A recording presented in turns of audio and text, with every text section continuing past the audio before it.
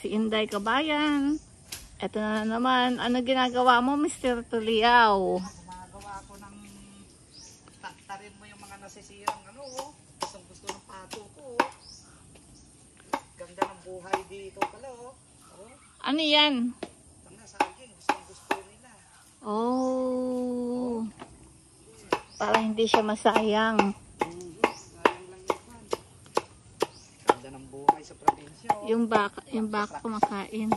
Oh, bilis na palang kumain, oh. Practice ka lang dito, eh. Pag Okay. yumaman na ako, chopper ng ano to. Chopper. Chopper talaga. Tapos yung mga alaga ko.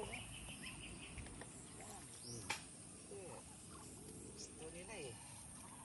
Basta mga maliliit. Maliliit nandun, oh. Bawa sila ito. Vitamin, kahit baka, kinakain. Ang laki ng tubig sa kayang. Yeah. Okay, Mr. Tuliao. Bye-bye, sarap buhay.